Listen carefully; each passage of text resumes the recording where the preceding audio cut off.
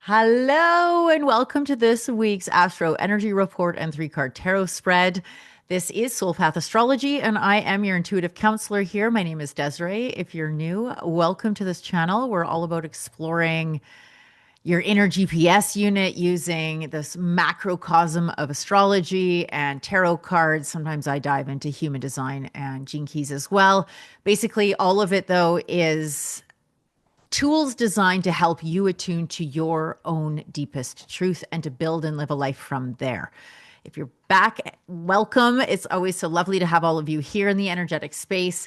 This week, you guys, is action packed. There is I feel like I say that every week. There's actually a break in between. Midweek, it gets kind of quiet and then it fires back up again. And interestingly, and I can't wait to get into this too, the cards this week, many of them are the same as last week. The universe really has something that it's trying to tell us. There's a kinetic energy going on that's very palpable, that's very like widespread. Again, I want to preface these readings are always generalizations. This is, I'm just sort of tapping into the collective energy field. If you want a precise reading that's specific just to you and your unique circumstances, let's do that. I would absolutely love to do one with you. They're done over Zoom. They're recorded if you want them to be, so you can keep it and reference it back over and over as long as you want. Yeah, there's lots of different price point options and lengths of time and depths if you want to go for the full gamut of astrology, or if you just want to stick with cards, we can definitely work with whatever's going to work for you. So yeah, hit me up in the DMs or click on my calendar link to set that up for yourself. Let's dive in. Let's dive in. So I'm recording this on Sunday, the 19th. Obviously, it gets released on Tuesday, which will be the 21st. But I want to talk about the 20th, first of all, because all of these astrological events, it's not like it doesn't just happen in that one moment. There's like days leading up and days as it quiets down. And so the 20th, April 20th, the sun moves into Taurus. This is very grounding. This is some welcome energy into integration, because it's been a very busy April. We've had, I think, 8 of the planets in Aries. Huge stellium. We haven't seen this, like, I don't know if ever, but certainly in a very, very, very long time. So a lot of initiatory, a lot of high agitation, a lot of energy around like just this like yeah, like high vibe like that. Um, Taurus, as the sun moves into Taurus, it gives us a chance to integrate that and cool off and invite in some green. If Aries is red and fiery, Taurus is like green and cooling and soothing. And Mercury conjuncts Saturn, and Mercury also then conjuncts Mars. So, because they're in Aries. So Mercury is our psychopomp. He's our communicator between, he's like the messenger, the intermediary between, we'll call it like the greater consciousness and our human receptor self. And when it's conjunct Saturn, this is where the rubber hits the road. This is where we're having to have a look at maybe we need to tighten our belt straps or belt loops a little bit. Maybe we need to see where we've been overly permissive. Maybe some of those things that we started in April, the early April part of April, where there's a lot of like get her done starting energy. Now, maybe we have to sift through those and work out what is going to stay the course, what's going to continue to receive our investment, and what if it was like, oh, it's a cool idea, but we're going to put it aside, because not every idea needs to be acted on or invested in, time, money, energy wise, right? There's a time for brainstorming, and then there's a time for culling the herd and getting deliberate about what's going to take your focus. And so that's what the beginning this week is sort of about, is like giving yourself some time to ground, to center, to integrate, to breathe. Because later in the week, towards the weekend, things start to get pretty intense again. And I think, if we're going to pull from some stories in the culture at large right now, there's a lot going on around revelation. Because it's YouTube, I have to be careful about what words I use, but there's a certain, it rhymes with Grape Academy.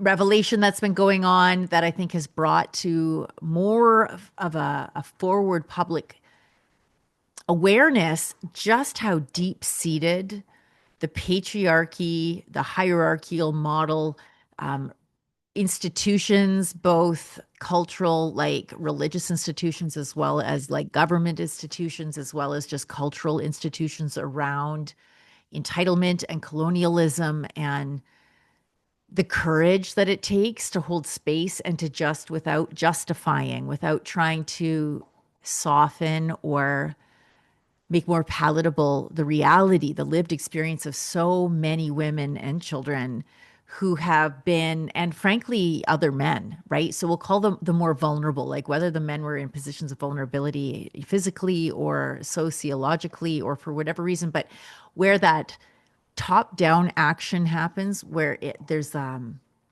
this impulse towards control, not influence, not inspiration, but like control and manipulation, and where there's these tactics that are not life affirming. They are not collaborative. They're very controlling and colonial. And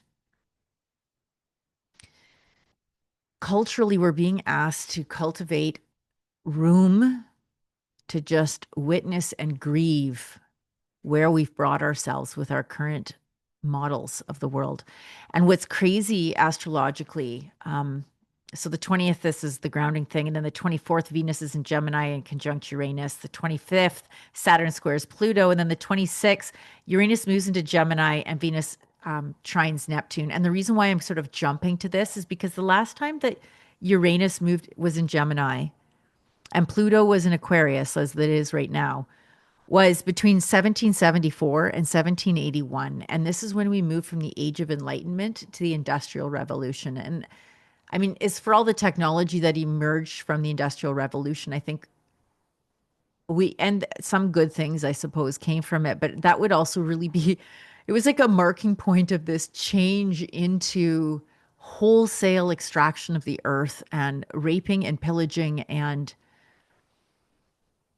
just this generalized belief that we were separate, that the earth was against us, but if we could control her, then we could create safety for ourselves. If we could extract, then we would be abundant. And I find it fascinating that astrologically speaking, we're being invited into this a new transitional phase where the fruits of that particular ideological system are revealing themselves. And a lot of it is rotten, right? And so now astrologically, we're being invited into another great turning of the tides, another great opportunity to re-envision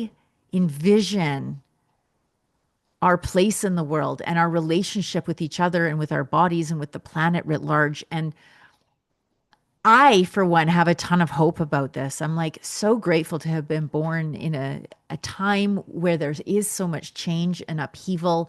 And while there is a lot of grief to navigate and a lot of horror and a lot of like just straight up WTF, like what were we thinking? You know, there's not a lot of fruit in the focusing on how bad it was. Like there does need to be a moment of time where we just let that sit without rushing to move past it, without rushing to solutions, without rushing to any sort of justification, simply to sit in the horror, you know, and to allow that to impact us. Because those parts of our DNA, those parts of the marrow of our bones that have been impacted by this horror, that have experienced what it is like, either in this generation or past generations, like karmically through the family lineage, that know what it's like to have experienced the degree of loss of control and bodily harm and existential terror and pain and suffering that we have done to ourselves, that we continue to do to ourselves. Those parts need to be acknowledged. This is such a key step to holistic growth, to holistic change. As tempting as it might be to slap some sort of an explanation on it that softens the wound, or to haul out like, you know, hurt people hurt people. Like, yeah, that's true. But you know what? Not every hurt person hurts others, right? Like it can be dangerous to find compassion too quickly or to offer it where it isn't actually appropriate simply because we don't want to reside in really holding space for that existential terror.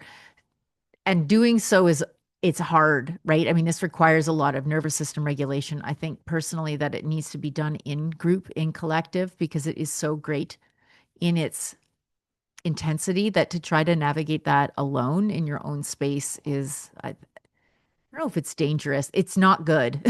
It's not, I mean, my whole body is just having a response to imagining that. It's like, I feel like that would almost just re traumatize you, right? So, this is where being held in collective, being held in group, where many hands make light work because this energy is dark and it's heavy and it requires many to hold it so that nobody is re traumatized by it, so that it can just be transmuted and digested by the many rather than completely toxifying simply one. If that lands, if that makes sense, let me know.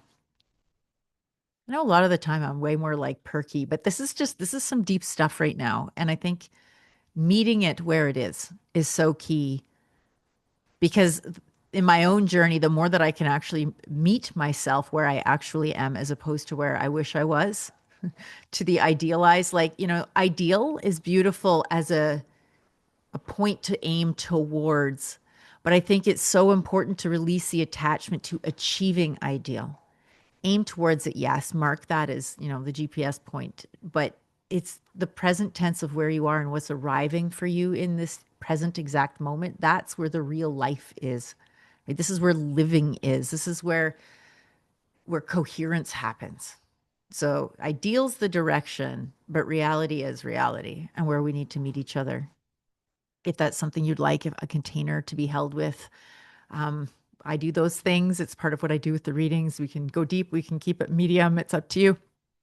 I would love to do that if it's feeling like it's resonating for you.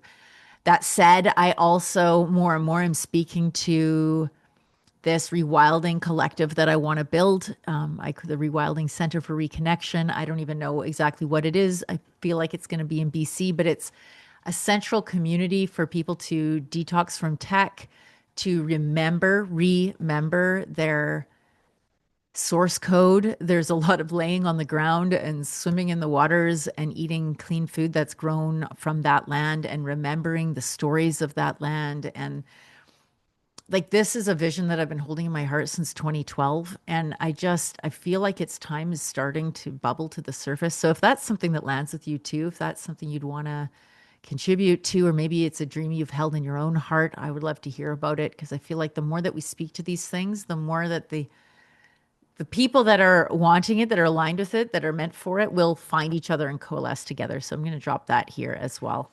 Let me know how that lands for you. Yeah. Okay, let's get into the meditation for today.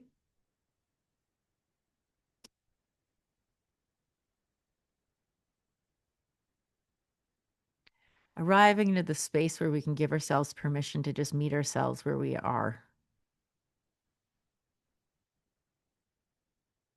Acknowledging that it can be intense, that sometimes we just need to eddy out for a minute and have a break. That our breath is like a small sanctuary that we can return to anytime we need to. Tuning into the beat of your heart.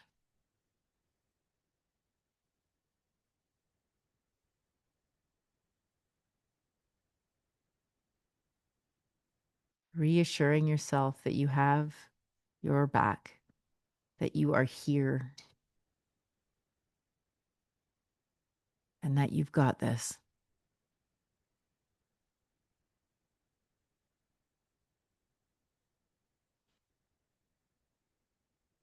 And that you are not alone. Breathing into that, just want to invite you to soften everything. Your brow, your jaw, your shoulders. Deepen your breath 360 throughout your whole rib cage, allowing your diaphragm to move up and down, bringing your breath to the entirety of your body.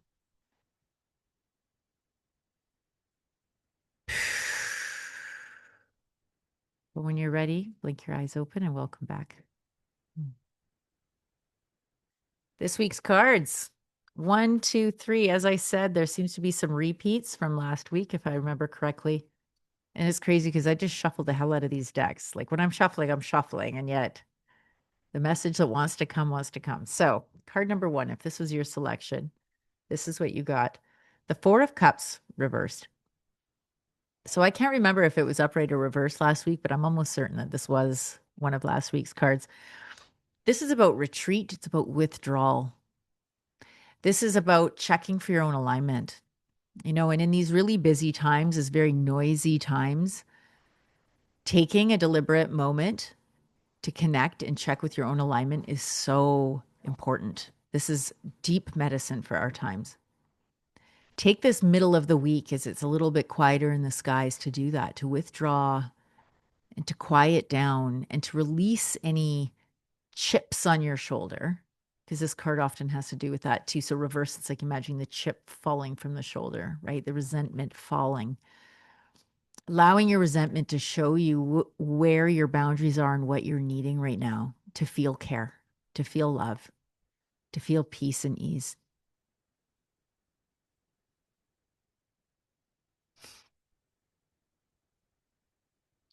There's a time of deep introspection right now as we connect with our own wisdom. Encoded in you is your truth, but it requires space and time and quiet to hear it. And so if this was your card, there might be an invitation here to do that, to deliberately carve out some time for you to connect and maybe get into nature. I feel like that is always such a good medicinal thing to do. Touch a tree, lay on the ground, return to your breath.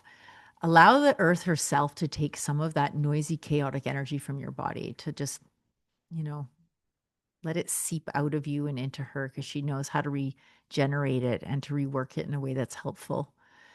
And your only job is to release it, to just let it go. Four of Cups reversed. Where might you be invited into recognizing where you're feeling tightness and resentment and make some changes so that you can let go of that resentment? And I don't mean mental gymnastics so that you don't feel resentment. I mean, actually change what you're resenting, because that resentment is showing you a boundary that you have, and your boundaries are 100% valid. They're 100% deserving of care, attention, respect. And that care, attention, respect starts with you doing so for yourself. It isn't so much about telling others they have to honor your boundary. It's informing them of where it is, what is your boundary. And if it's not being met, if it's not being respected, then you respect yourself enough to leave, rather than continuously fighting and trying to force someone else to honor your boundary, because now you're actually getting in their lane. So, yeah, there's the medicine for that card. Next one, if this was your selection, this is what you've got. One of my personal favorites, actually, the Tower card, because I love change. I love sweeping change. And the Tower card arrives when it's upright. It's often a revelation you weren't expecting. Maybe it came out of left field, but like under it, you know that you needed to do it. It's just maybe you don't have the courage to execute that change yourself. This is like finding out all of a sudden that your spouse has been cheating on you, or a business partner has been stealing money, or like this, what the fuck, right? But in that revelation, now you can find truth. Now you can find coherence and authenticity and honesty. And so, as much as it's uncomfortable initially and you'll have to rebuild from the bottom up, it's a much needed dissolution of structures and ideologies that are no longer serving you.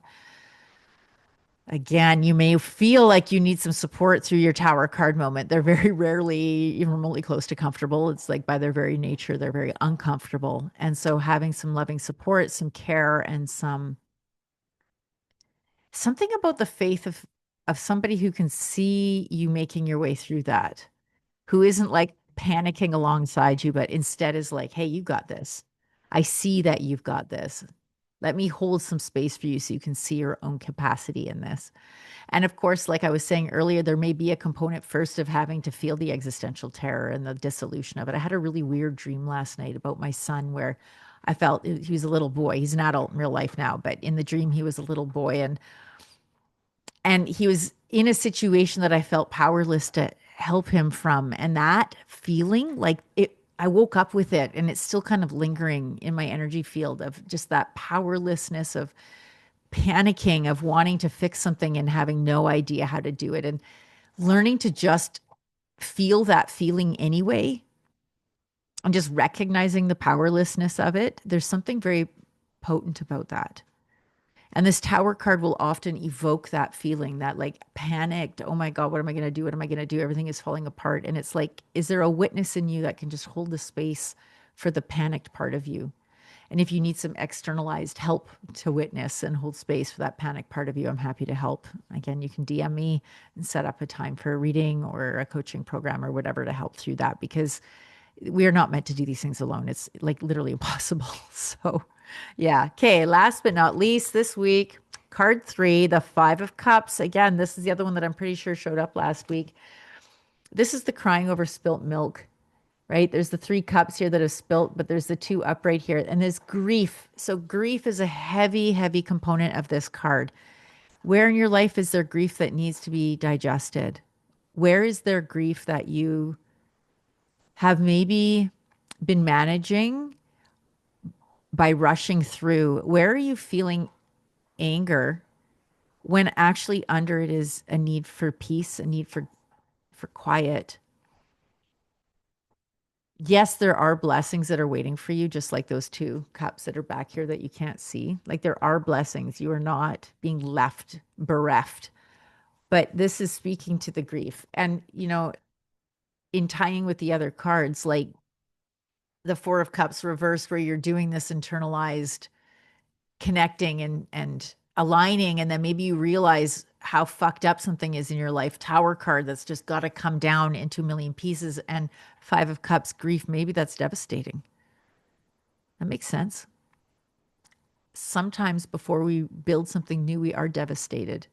Sometimes something so beautiful that we're aiming towards requires the death of the old thing. And maybe the old thing wasn't even bad. Maybe the old thing, you loved it. But there's a little period of grief no matter what, no matter how much you might have loved what you had and loved where you're going, there's still often a component of grief in between there. And I think it's so important to acknowledge that, to presence it, and to create some sacred space around allowing it to just be what it is. Allowing these more uncomfortable feelings to become a part of the daily living, where we don't keep trying to, high vibes only, and exiling this whole other palette of our emotions. That said, it's also really important that we don't strap them to chairs and refuse to let them go, or elevate the negative feelings over the positive feelings, because positive feelings have been getting all the headliners for so long. Like the equality, inclusivity doesn't mean to elevate something over the thing that had been elevated. That's not how inclusivity works. That's not how healing works. If something had been repressed by something else, if the feminine has been repressed by the masculine, the solution to this isn't for the feminine to repress the masculine back. It's to find a way to acknowledge the pain and the suffering and the hurt and the betrayal and all of the icky, gross, hard, challenging parts of the spectrum, that negative side of the spectrum, bringing them up into conscious awareness so that everything has merit, everything has value. This is such an important paradigm shift for, I think, a lot of people, especially in the spiritual community. I think a lot of people use spirituality as a sort of addiction, honestly.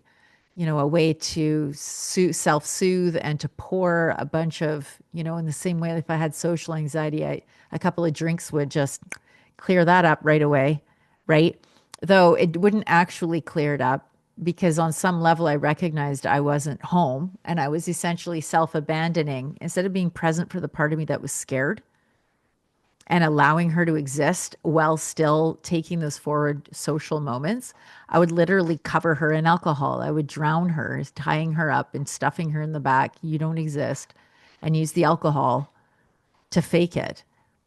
And we're finally arriving in a time and culturally in our world where we cannot keep doing that, where under the guise of spirituality or substance abuse or anything else, where we are hiding our more vulnerable feelings, our more socially taboo feelings, it's time to bring them forward into the light of consciousness and welcome them all home. So that's our message. That's also going to be my like nugget of love, is to welcome it all home. Yeah, this was not an energy I expected for this reading, but I'm going to trust that it's the energy that's needed this week. If you'd like to deep dive and get a personal reading of your own, you know where to find me. You can DM me. As always, there's a comment pinned with links to my calendar as well as a description in the description of the video. These are huge times, you guys, and you're here for a reason. Know it. Know that. It's not an accident. It's not a fluke. We were born when we were born, and we're coming into this age at this point in our own lives for good reason. And I would love to hear what yours are. Comment, share the video if you know anyone who might find benefit in this right now. And know that I love you. We are all walking each other home, and I'm so grateful to be walking side by side with you. Enjoy your week, and we'll see you next Tuesday. Bye for now.